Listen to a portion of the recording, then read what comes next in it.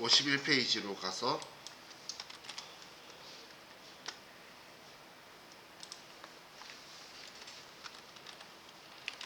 재고자산 부분을 볼게요.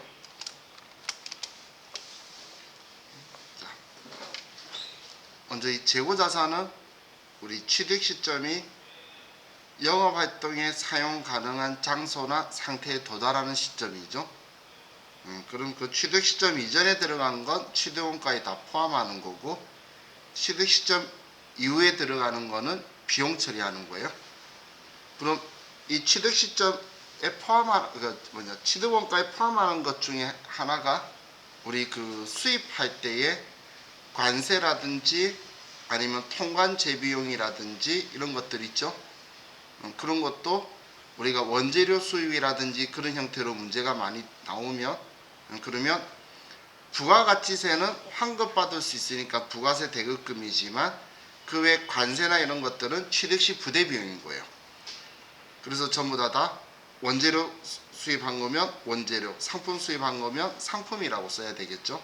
관세나 통관제비용들도 취득시 부대비용으로 전부 다 생각을 하셔야 돼요.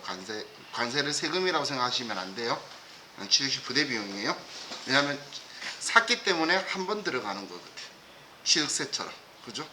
그래서 취득시 부대비용으로 처리할 거예요. 자, 그럼 우리 그 재고자산에 포함하는 거에 대해서 아래 적혀 있는데, 자, 우리 세무이급의 결산 문제에서는 얘네들이 한 번씩 언급이 되죠. 그럼 이 미착품이라는 거는 우리가 선적지 인도 조건이면 선적지부터 매입자 거고, 도착지 인도 조건이면 도착지부터 매입자 거라는 걸 기준만 잡으시면 돼요. 그럼 우리가 매출자의 입장인지 매입자의 입장인지 원재료냐 제품이냐 이걸 가지고 생각하면 되겠죠. 그래서 운송 중에 있는데 내가 사는 원재료라면 내가 매입자 입장이면 선적진도 조건일 때에 내 재고자산일 거고, 도착진도 조건이면 내 거가 아닐 거라는 이야기예요. 반대로 매출인 제품이라면 선적진도 조건이면 아직 내 거고, 죄송해요. 선적진도 조건이면 내 거가 아니고, 도착진도 조건이면 아직 도착 안 했으니까 이 제품은 내 거죠. 그죠? 그래서 기준점을 가지고 여러분들이 보셔야 되지, 하나가 정해져 있는 게 아니죠. 우리가 매출자 입장일지 매입자 입장일지를 봐야 되고, 적성품도 수탁자가 팔았을 때, 제3의 고객에게 수탁자가 팔았을 때 재고자산에서 빼는 거지, 팔기 전까지는 내 재고자산이라는 거예요. 시성품도 고객이 구입 의사를 표시하기 전까지는 내 재고자산이다 라고 기억하셔야 되겠죠. 자, 그럼 우리가 수입할 때에, 자, 예를 들어서 수입을 할 때, 그때 우리가 원재료 수입을 하는데 선적지 인도 조건이래요.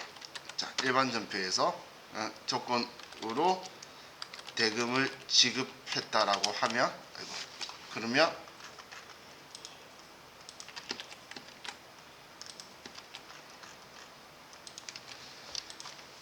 대변에 돈을 주고, 문제에서 원재료를 수입하는 거지만 원재료라고 써라고 하지 않는다면 미착품으로 써두세요.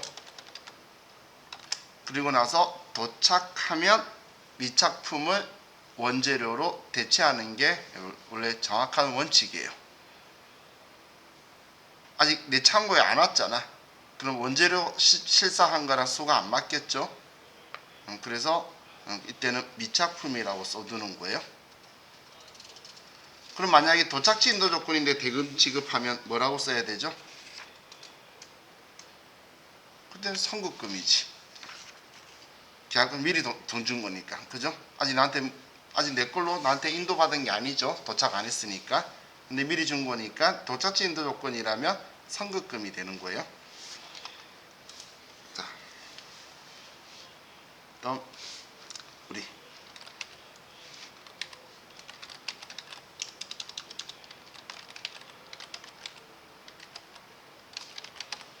매입 환출 및 애누리는, 얘는 반품이나 하자로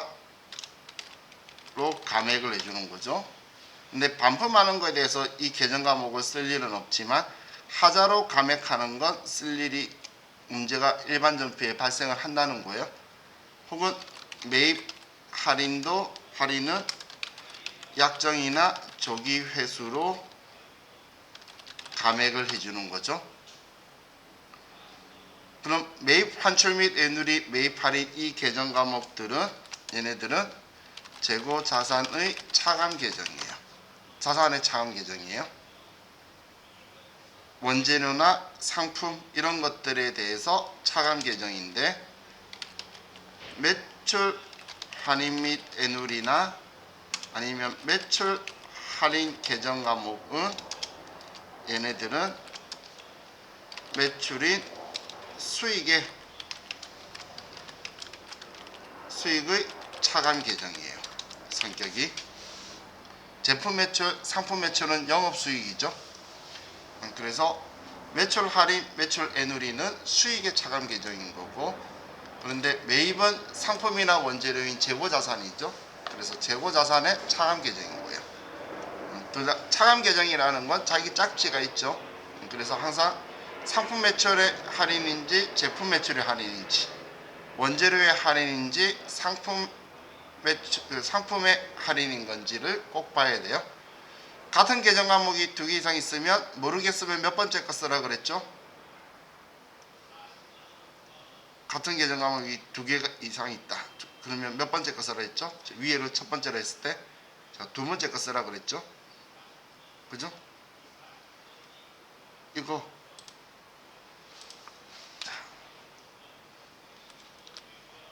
보면 지금처럼 매입, 환출 및 애누리가 있으면 여러 개가 있죠.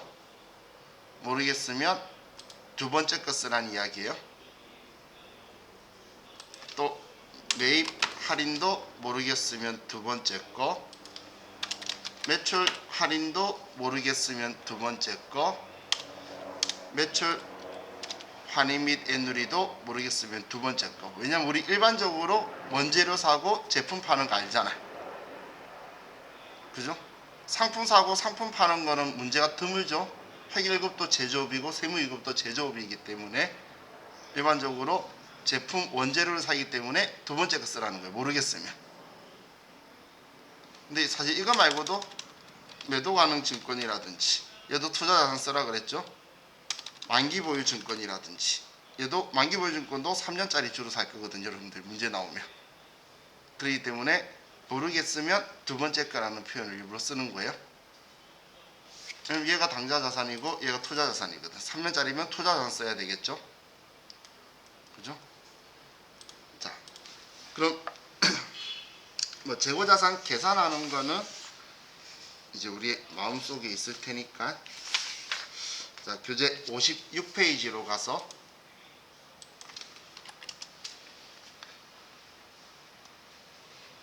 자, 결산할 때에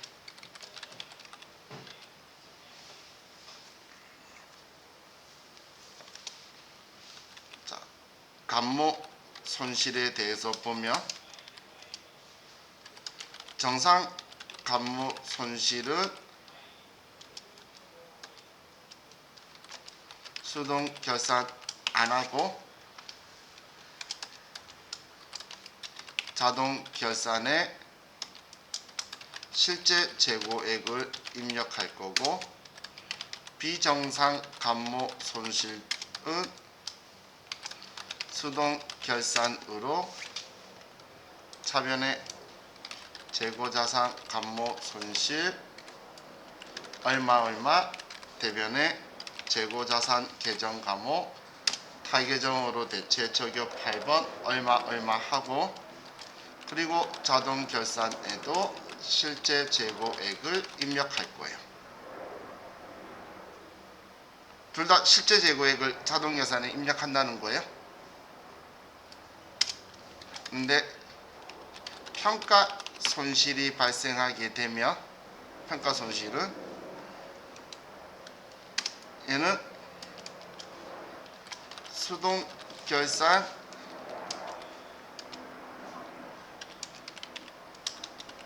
자동 결산을 선택해서 할 수 아마 있을 거예요.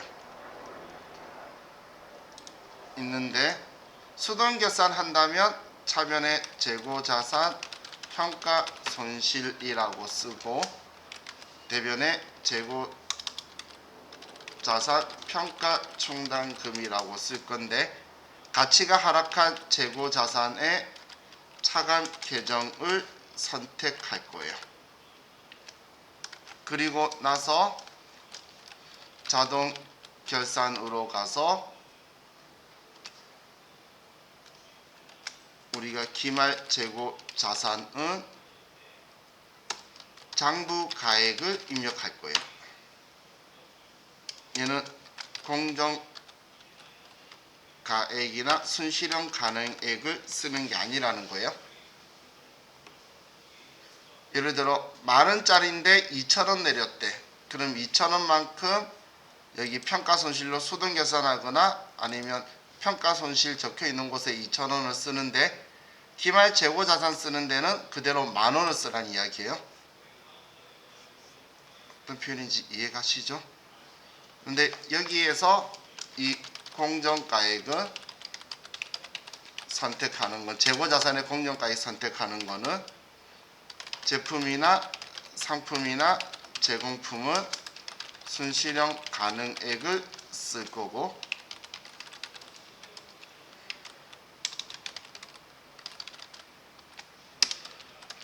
원재료는 현행 대체 원가를 쓸 거예요. 원재료는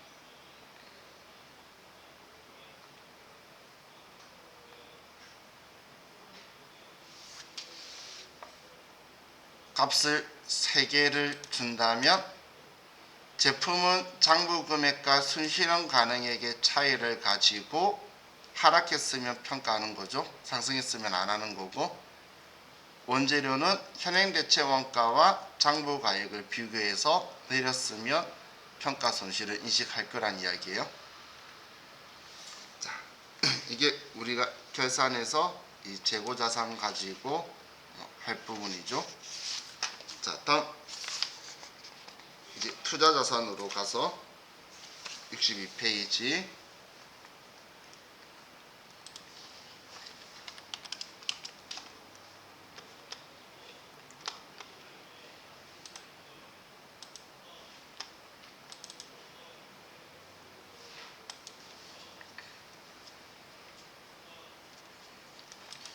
자, 투자자산은 영업활동에 직접적으로 쓸 목적이 없는 거죠. 그렇기 때문에 우리는 장기 금융 상품이라든지 아니면 유가증권이라든지 이런 것들은 일반적으로 다 투자자산으로 분류가 돼요. 그런데 보고기간 종료로부터 1년 이후에 하지만 투자자산인 거지. 그 이내에 일어나면 당좌자산으로 분류될 거예요. 당좌자산으로. 자, 그럼 이 투자자산에서 여러분들이 생각할 계정 과목이 유가증권 제외하고는 2개만 생각하시면 돼요. 우리 투자자산에서는 계정 과목 생각할 게 첫 번째 투자부동산하고 건물이나 토지나 영업활동에 쓸 목적이 아니면 투자부동산이죠. 그럼 이때 취득세도 투자부동산, 중개사 수수료도 투자부동산, 법무사 비용도 투자부동산 이렇게 쓸 거죠. 자, 그럼 이 투자부동산이라는 계정 과목과 그리고 특정 현금과 예금이라는 우리 당좌거래 개설보증금 얘도 우리 투자자산으로 분류되는 계정 과목이죠. 그럼 당좌거래 개설보증금이 나오면 특정 현금과 예금이라고 쓰는데 얘는 거래처를 꼭 입력하는 것도 함께 잊지 마시고 보증금엔 거래처 쓴다라고 했죠. 자, 그래서 꼭 얘를 입력을 하시고 자, 그럼 이제 유가증권에서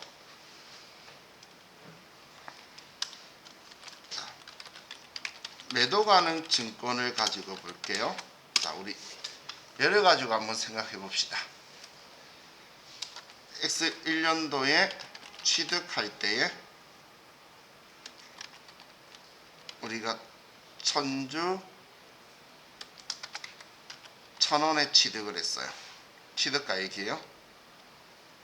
그리고 취득 수수료가 10만원이 들어갔다고 볼게요. 자, 그리고 X1년도 기말 공정 가액은 자, 주당 예를 들어 1,300원이고 X2년도 기말 공정 가액은 900원이고 자, X3년도 처분했는데 처분할 때의 금액은 다시 1,200원이라고 볼게요. 자, 그럼 먼저 자, 이 시점에 봤을 때 매도가능 증권 처분 손익은 얼마죠?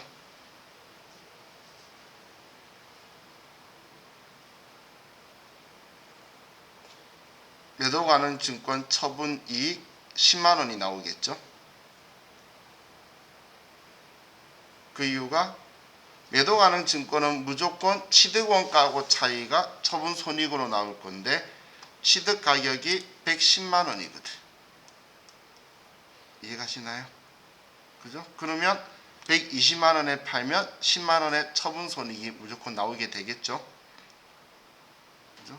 이런 문제 어느 시점에 나오던 간에 처분 손익 물어보면 취득원가를 찾는데 취득시 부대비용도 포함시켜 버리는 거예요. 이해가셨죠? 그럼 이때는 평가 손익은 장부에 얼마 남을까? 기말 수정 분기하고 나면 이때는 20만원의 평가 손실이 남아 있겠죠? 평가 손실이 왜냐하면 취득원가가 110만원인데 얘가 90만원이거든. 자, 분계를 간단하게 보면 매도 가능 증권 투자자산 쓰실 거죠. 자, 110만원 자, 이 돈을 주고 다음 20만원 올랐죠. 매도 가능 증권 20만원 매도 가능 증권 평가이익 20만원 이렇게 썼죠. 그런데 얘가 120만원에서 130만원에서 90만원이면 40만원 내렸어요.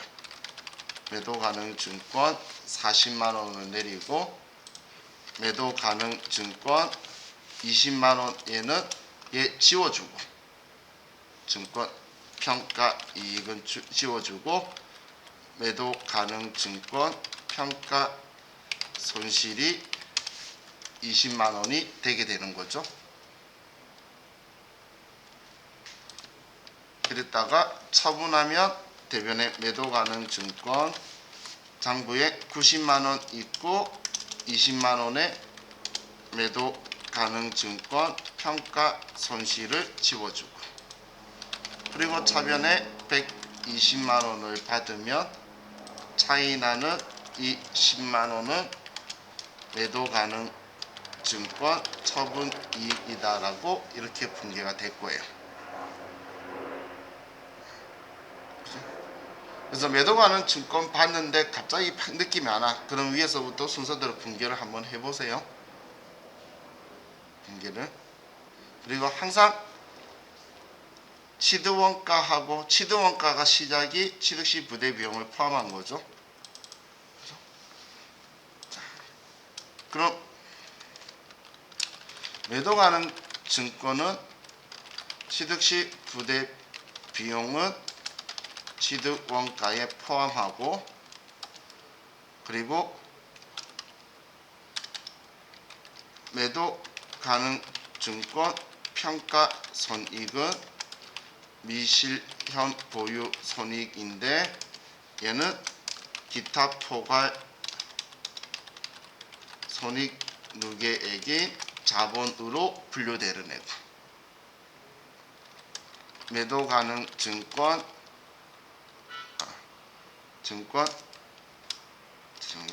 처분 시 부대 비용 수수료들은 매도 가능 증권 처분 손실의 가산, 매도 가능 증권 처분 이익에 차감할 거고, 이 매도 가능 증권 처분 이익 처분 손실 얘들은 성격이 영업 외 손익이죠. 그럼 매도 가능 증권 평가만 기타 포괄 손익 누계액이 자본이라는 거예요.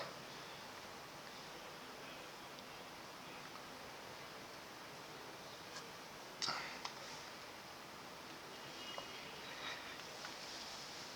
다음 유가증권의 평가는 공정가액으로 하는 게 아니죠. 그거는 알 수 없죠. 단기매매 증권과 시장성 있는 매도하는 증권만 공정가액으로 하는 거잖아요. 시장성 없는 매도가능 증권은 공정가액을 모르니까 취득원가 그대로 두는 원가법을 쓸 거고, 자, 만기보유 증권은 상각 후 원가법을 쓰죠. 여러분들이 전에 열심히 쓰는 거 봤어. 그리고 우리 지분법 적용 투자 주식은 지분율법으로 평가를 해요. 근데 지금 이제 여러분들이 분계를 좀 전표를 많이 끊었기 때문에 오해하기가 더 쉬워요. 이런 시험에서 유가증권은 공정가액으로 평가한다라고 하면 지금 우리가 공정가액으로 계속 분계했던 게 이제 기억에 남아서 맞는 말로 보인다는 거예요. 전에는 말했을 때 공정가액으로 분계를 해본 적이 별로 없다 보니까 왜 그걸 해야 돼 이런 생각이다가 이제 생각이 좀 바뀐 거예요. 많이 해서. 그래서 전에 제가 이렇게 정리해 드렸었는데, 유가증권의 평가는 단기매매 증권은 공정가액법이고, 매도가능 증권은 시장성이 있는 경우는 공정가액, 그리고 시장성이 없는 경우는 원가법, 만기보유 증권은 상각 후 원가법, 그리고 지분법 적용 투자 주식은 지분율법을 쓴다. 그럼 이렇게 보면 공정액법이고 공정가액법, 공정가액으로 하는 건 두 개밖에 없죠. 그죠? 얘는 취득원가 그대로 두기 때문에 실기에 안 나오는 거고, 상각 후 원가법은 우리 세무 2급에는 어렵기 때문에 안 나오는 거예요. 그런데도 얘는 나오죠. 얘 전에 분계했었잖아. 이거 만기보유증권 상각 후 원가법 쓰는 게 대변에 이자 수익, 유효 이자, 차변에 이자 받는 것 액면 이자, 그리고 상각액만큼 만기보유 증권을 높여주는 게 상각한 후에 만기보유 증권의 장부 금액인 상각 후 원가법이다라고 4차 때 이야기했어요. 봤던 것 같은 느낌 들죠? 이자 비용의 반대쪽, 취득하고 있는 사람. 그래서 얘 위치들도 기억을 하자라고 했던 거, 걔가 얘죠. 자, 그리고 이론에서 자, 이렇게 한 번만 생각을 해봅시다. 자, 단기매매 증권이 있고,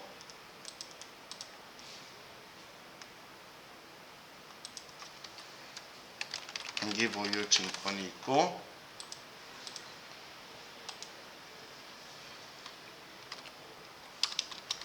지분법 적용 투자 주식이 있고,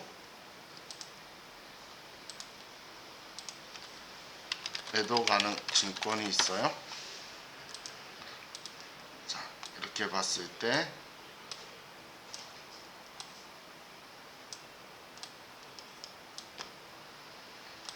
자, 단기 매매 증권은 만기 보유 증권으로 재분류가 되고 매도 가능 증권으로 재분류가 되고 지분법 적용 투자 주식으로 재분류가 돼요. 그런 반면에 얘네들은 매도 가능 증권이든 지분법 적용 투자 주식이든 만기 보유 증권이든 단기 매매 증권으로는 재분류가 안 된다는 거예요. 자, 빨간색 쓴 건 안 된다는 이야기예요. 단기 매매 증권은 얘네들로 바꿀 수 있는데 얘네들은 단기 매매 증권으로 재분류가 안 된다는 이야기예요. 자, 그리고 만기 보유 증권과 지분법 적용 투자 주식은 만기 보유 증권은 채권인데 영향력 행사할 수 없고 지분법 적용 투자 주식은 주식인데 만기가 생길 수가 없겠죠. 그래서 얘 둘이도 재분류가 불가능해, 서로가. 얘 둘이는.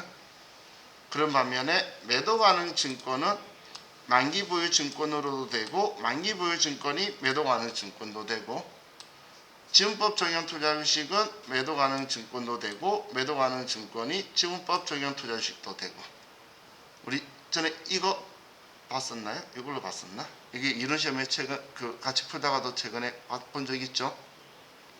재분류가 얘네들은 서로 자유롭게 오갈 수 있는데 한쪽만 된다 해서 그때 오답 지문으로 나왔던 것 같아요. 그래서 얘는 단기 매매 증권으로 재분류되는 것 빼고 나머지는 매도 가능 증권은 모두 다 자유롭게 재분류를 해갈 수 있다라고 생각하시면 돼요. 자, 다음 이제 67페이지로 갑시다.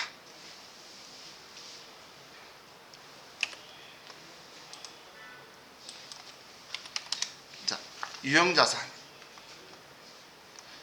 자, 유형자산은 우리가 영업활동에 사용할 목적으로 보유하는 내구성 있는 유형의 자산이죠. 그럼 영업활동에 쓸 목적이기 때문에 영업활동에 사용 가능한 장소나 상태에 도달하는 시점이 취득 시점이고, 그럼 영업활동에 쓸 때부터 감가상각도 시작을 하는 거예요.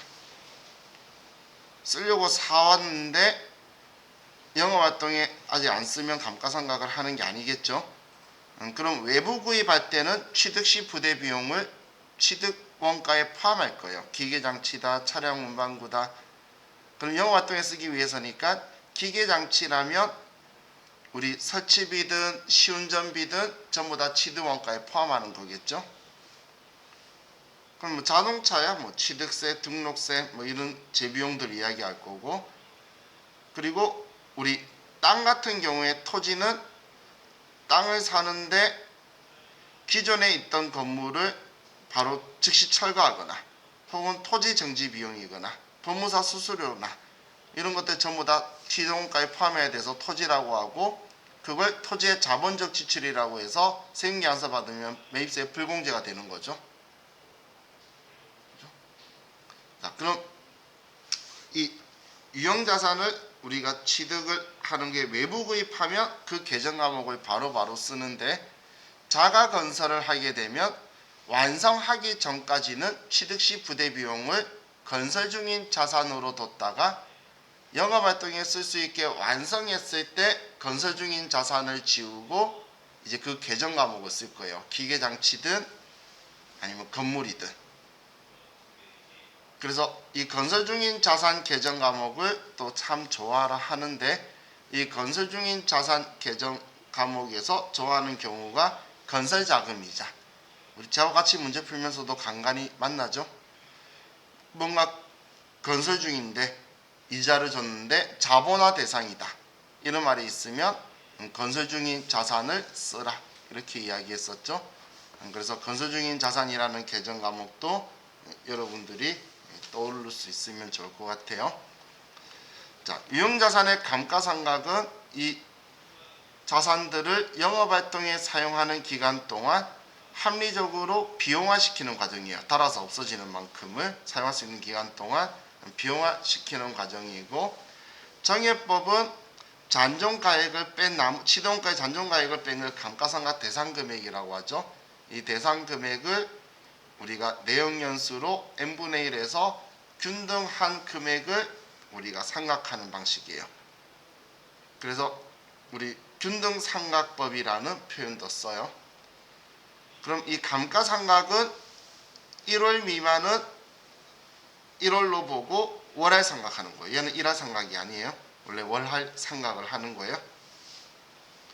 자, 그리고 다음 페이지에 정률법은 감가상각 대상 금액을 구하는 게 아니라 그냥 미상각 잔액 시작할 땐 취득 원가의 정률을 곱하고 그 다음 연도부터는 그럼 감가상각 한 금액을 뺀 나머지인 미상각 잔액의 정률을 곱하는 방식이 정률법이죠. 연소합계법은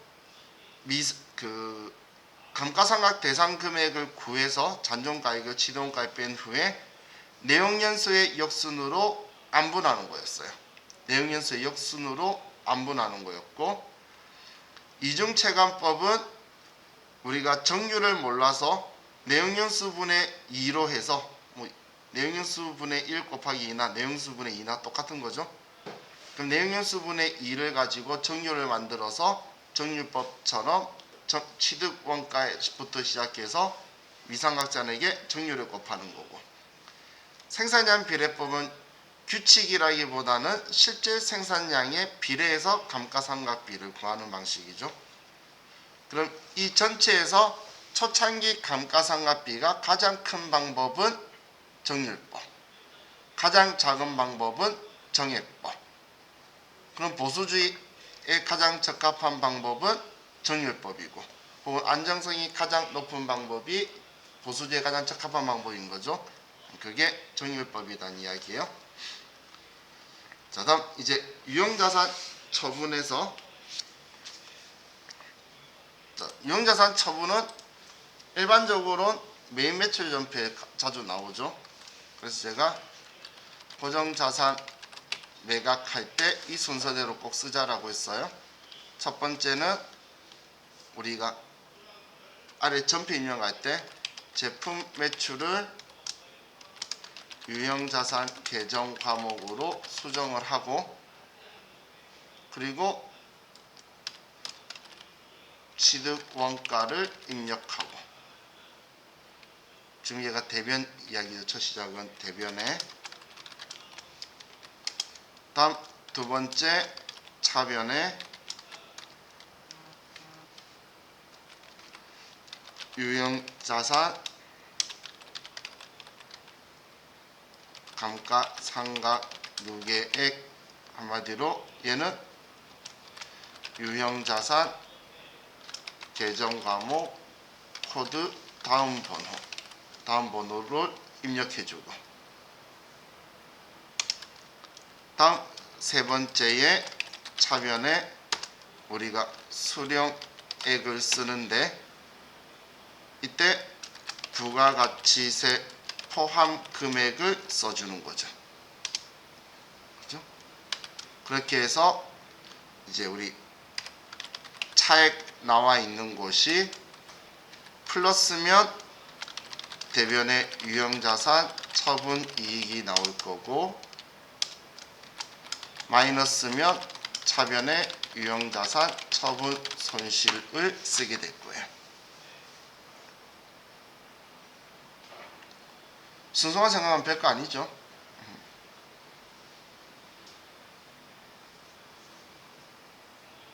매일 매출 전표가 아니면 차이점은 얘만 있는 거예요. 부가가치세 포함 얘만.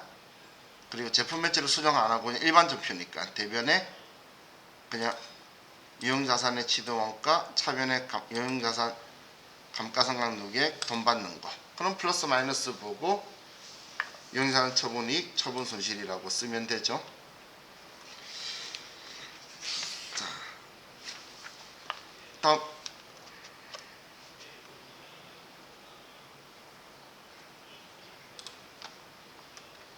자본적 지출, 수익적 지출. 자, 얘는 취득 시점 이후 지출인데, 자본적 지출은 자본의 친구는 자산이죠. 그래서 자산 계정 과목, 유형자산 계정 과목 쓰고, 수익적 지출은 비용 친구잖아, 수익 비용. 그래서 비용 처리한다라고 기억하셔도 되죠. 근데 내용으로 인지를 하자면 자본적 지출은 내용 연수 증가나 가치의 증가나 용도 변경, 증축, 개축, 증설 이런 것들이고 돈 많이 들어가는 거. 수익적 지출은 향상 유지, 원상 회복, 능률 유지 이런 것처럼 비교적 돈이 정기적으로 들어가는, 돈이 작게 들어가는 그런 것들이 수익적 지출로, 자본적 지출은 유형자산 계정 과목을 쓸 거고, 대변은 돈 나가고 지출이니까 차변의 계정 과목을 유형자산. 수익적 지출은 수선비다 혹은 차량 유지비다. 자동차는 돈이 많이 들어가니까. 자, 다음 정부 보조금은 얘는 자산의 차감 계정으로 우리 회계에서 우리 시험에서는 쓸 거예요. 그럼 자산의 차감 계정이기 때문에 정부 보조금을 받으면 돈 받은 거에 차감 계정. 근데 정부 보조금을 쓰면 받았던 정부 보조금은 지우고 이제 그 돈을 쓰면서 취득한 자산의 차감 계정으로 얘가 바뀌는 거죠. 보통 예금 돈 받으면 처음엔 보통 예금의 정부 보조금이라고 대변에 써뒀다가 그걸로 기계장치를 사면 보통 예금의 정부 보조금은 지우고 이제 기계장치의 정부 보조금으로 대체한다는 거예요. 그게 우리 차감 계정 사용하는 방법이죠. 그럼 상환 의무가 없어야지만 이렇게 자산의 차감 계정 처리할 거고, 상환 의무가 있거나 조건부 상환이면 일단 차입금으로 처리를 할 거예요.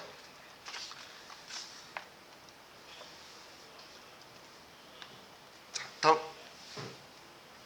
유형자산의 그 교환에 대해서 봤었는데, 교환은 이종자산 교환, 동종자산 교환이 있었죠. 교환은 처분과 취득이 동시에 일어나는 건데, 이종자산 교환의 결과는 내 거 팔아서 받은 돈으로 그 물건을 산 거예요. 완전 분개가 그 두 개를 합치는 거였죠, 거의. 그래서 취득한 자산의 취득 가격은 내 거 팔고 돈 받은 거랑 같은 금액으로 봐서 공정가액을 쓸 거고, 동종자산 교환은 유산업종에서 유산 용도로 쓰는 자산을 그냥 바꾸기 때문에 손익이 발생하지 않도록 우리는 취득한 자산의 취득가액을 제공한 자산의 장부가액을 쓰는 거예요. 내 거의 장부가액. 그래서 여기에서는 상대방의 금액을 쓰는 게 아니고 취득한 자산의 취득금액을 쓸 때 이종자산 교환은 제공한 우리 거의 공정가치, 동종자산 교환은 제공한 우리 거의 장부금액을 써줄 거다. 그럼 이종자산 교환은 엄청난 우연을 제외하고는 손익이 발생할 건데, 동종자산 교환은 손익이 발생하지 않는다는 규칙을 가지고 있어요. 자, 다음 유형자산의 재평가를 보면, 자, 이 재평가에서 우리가 그냥 감가상각만 하고 놔두는 건 원가 모형이라고 하고, 재평가 모형은 이제 우리가 감가상각을 한 후에 장부 금액하고 공정가액하고 차이를 조정하는 게 재평가 모형이에요. 그럼 이때는 그 장부 금액이 기준 금액이 되어서 기준 금액보다 높게 가면 재평가 차익이라는 우리 기타 포괄 손익 누계 계정 과목, 여기는 재평가 잉여금 적혀 있는 게 재평가 차익으로 우리가 지금 쓰고 있는 계정 과목이고, 기준 금액보다 내려간 부분에 대해서는 재평가 손실이라는 영업의 비용을 쓰고 있다는 거, 그것만 좀 기억해 주시면 좋을 것 같아요. 자, 다음 유형자산의 손상은, 우리는 유형자산이 손상한 거는 일단 먼저 영업의 비용으로 처리를 하는 거예요. 유형자산 손상차손은 영업의 비용인데, 그런데 우리 이 유형자산의 감가상각한 후에 장부금액과 회수 가능액 중 그 회수 가능액이 낮았을 때의 그 차이를 손상차손으로 인식할 거예요. 내가 100만원에 샀는데 40만원 달았어요. 그럼 60만원짜리죠. 그 장부가액하고 회수 가능액이 40만원이라면 20만원 손상을 입었다라고 인식을 할 건데, 이 회수 가능액에서 제일 중요한 게 공정가치하고 사용가치 중에서 큰 금액을 쓸 거라는 거예요. 예를 들면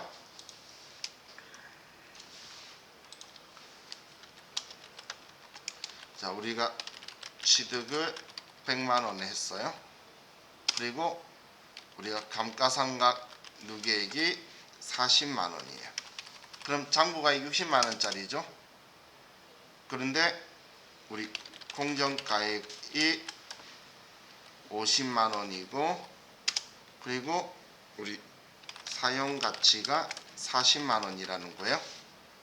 그럼 이 순실현 가능액, 회수 가능액은 공정가액과 사용가치 중에 얘가 크죠. 그러면 이 50만 원과 얘 장부 금액은 60만 원이죠. 그러면 60만 원하고 50만 원 차이인 10만 원을 손상차손으로 인식한다 그 이야기예요. 손상차손 인식 금액 물어보면서 이런 시험에도 한 번씩 나오는 건 얘 둘이의 중에 큰 금액을 쓴다는 걸 여러분들이 알고 있는지를 질문하려고 하는 거예요. 자, 다음 72페이지에 이제 무형자산으로 가면, 자, 무형자산에서 자, 기억하실 게 내부 창출한 영업권은 자산으로 인식하지 않는다. 그죠? 그리고 무형자산의 상각은 자세히 안 적혀 있는데, 자, 모든 상각 방법을 사용할 수 있고 합리적인 상각 방법을 선택하지 못한다면 정해법을 쓸 거예요. 그리고 무형자산은 원칙적으로 내용연수를 20년을 초과할 수 없지만 관계법령이나 정관에서 의한다면 20년을 초과할 수 있다. 그리고 무형자산의 잔존가액은 없는 것을 원칙으로 하고, 무형자산의 회계처리, 상각 회계처리할 때는 우리가 직접법이든 간접법이든 둘 다 쓸 수 있는데, 간접법 썼을 때 효익을 줄 수 없다면 쓸데없이 하지 말고 직접법을 쓰라는 거예요. 그래서 일반적으로 직접법을 쓰는데, 자, 그럼 자, 이번에 한 번 더 우리 문제를 보면, 자, 예를 들어서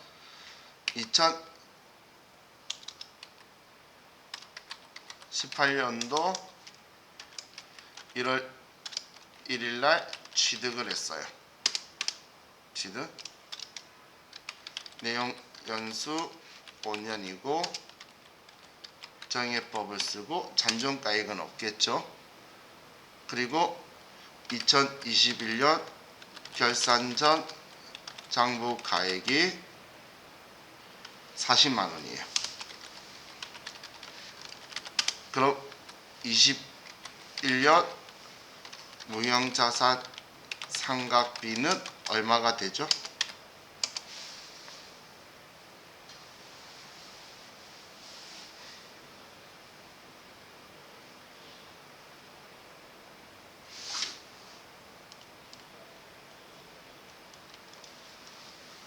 얘는 20만 원이죠.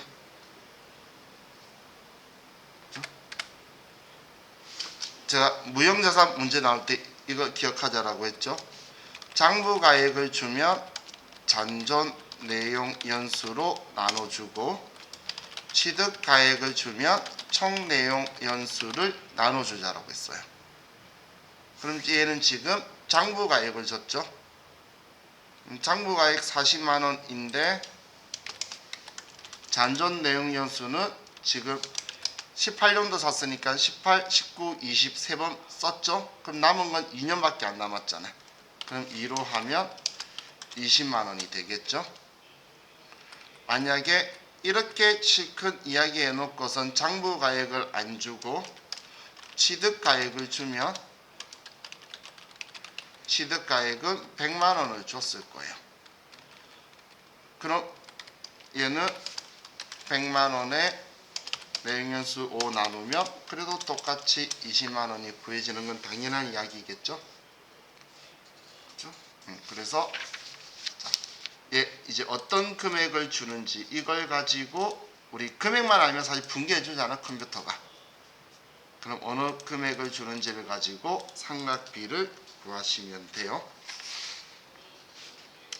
자, 그리고 우리 교재 76페이지로 가면 지금 기타 비유동 자산이라고 적혀 있는데, 여기에 기타 비유동 자산에서 여러분들이 기억하실 게 첫 번째, 지금 여기에는 안 적혀 있는데 부도어음과 수표라는 계정 과목이 기타 비유동 자산이죠. 부도어음과 수표, 그죠? 그리고 임차 보증금, 뭔가 빌리면서 보증 건 거 내 돈인데 언제 내가 나가면서 돈 받을지 모르잖아. 그래서 기타 비유동 자산으로 되어 있고, 자, 여기에서 전에 제가 이런 말 했던 거 혹시 기억나시나요? 전세권이라는 이 계정 과목, 지금 우리가 보고 있는 곳은 기타 비유동 자산이라고. 그죠? 혹시 이론에서 무용자산 사이에 얘가 껴있는지 잘 봐야 돼요. 전세권은 기타 비유동 자산이다. 무용자산 사이에 껴있으면 깜짝 같겠죠? 그래서 기타 비유동 자산에서 보면서 제가 말한 적이 있다. 쟤는 무형자산 사이에 껴서 여러분 바라보고 있을 거다라고 생각하세요. 나오면, 자, 이렇게 하면 저와 같이 우리 자산 부분은 다 봤고, 이제 좀 쉬었다가 자본 부채 그리고 자본 부채를 보도록 할게요. 쉬었다 합시다.